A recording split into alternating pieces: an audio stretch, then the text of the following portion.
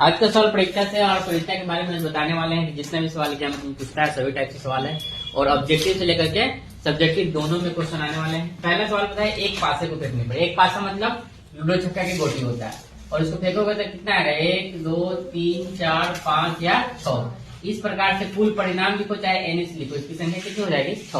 और तब सवाल पढ़ेंगे हम लोग। सवाल में कहा कि एक पासे को फेंकने पर 4 या 4 से कम, यहाँ कभी सम संख्या भी कह देता है, कभी विषम भी कह देता है, एक अभाज्य संख्या भी कह देता है। तो तीनों का परिचय क्या होता है सेम होता है, उसको भी बताएंगे कैसे। पहले हमें देखना है कि 4 या 4 से कम, तो 4 मतलब ये हो गया और 4 से कम तो ये तीनों हो गया, तो ये चारों ले लेंगे। यानी कि अगर हमें आने की बात हो रहा है तो टोटल एनी के जो वैल्यू होगा वो कितना हो जाएगा 4। अब इसकी हमें क्या क्या करनी है परीक्षा। तो 4 या 4 से कम का सूत्र तो हम लोग वही लिखेंगे एनी बटा क्या एनएस। तो एनी की संख्या कितनी हो जाएगी 4 और कुल कितना 6, तो 2 गुना 4 2 तिहाई, तो आंसर क्या हो जाएगा 2/3। अब इसमें हमसे कहे सम कहे क्या कहे या क्या कहे हमसे विषम या हमसे क्या कहे अभाज्य। 3 टाइप के सवाल पूछेगा, सम संख्या आने की परीक्षा, विषम संख्या आने की परीक्षा या अभाज्य संख्या आने की परीक्षा। तो सब का आंसर सेम में होता है। पूछेगा सर कैसे, तो देख लो सम गिनो तो क्या गो है 2 4 6 3 गो है।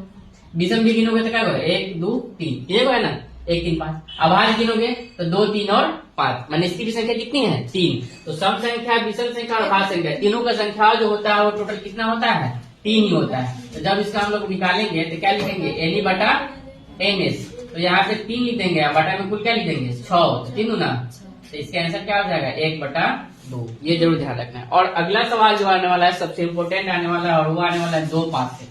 पहला बात तो एक पासा उछालते हैं तो कुल परिणाम 6, लेकिन जब 2 पासा उछालते हैं तो जो मेरा कुल परिणाम होता है वो कितना हो जाता है 36। और लिखा कैसे जाता है देख लो 1 1 1 2 1 3 ऐसे करके इसको लिखा जाता है। फिर दूसरे शुरू करेंगे, फिर 3 से, फिर 4 से, फिर 5 से, फिर लास्ट कितना से 6 से शुरू करके पूरा यहाँ तक खत्म करेंगे।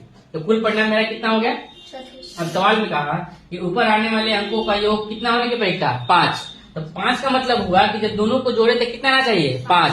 8 भी पूछ सकता है, अंतर 1 भी पूछ सकता है। तो 5 किसको किसको जोड़ने पा रहा है 3 2 कितना होता है 5, 4 1 कितना होता है 5, फिर 3 2 क्या होगा 5, फिर 4 1 क्या होगा 5। इस प्रकार से अगर हम लोग देखें सूत्र लिखेंगे एनी बटा क्या एनएस। तो तुम बताओ कि क्या हुआ है 1 2 3 4 4 हुआ है ना, तो ऊपर में क्या रख देंगे हम लोग।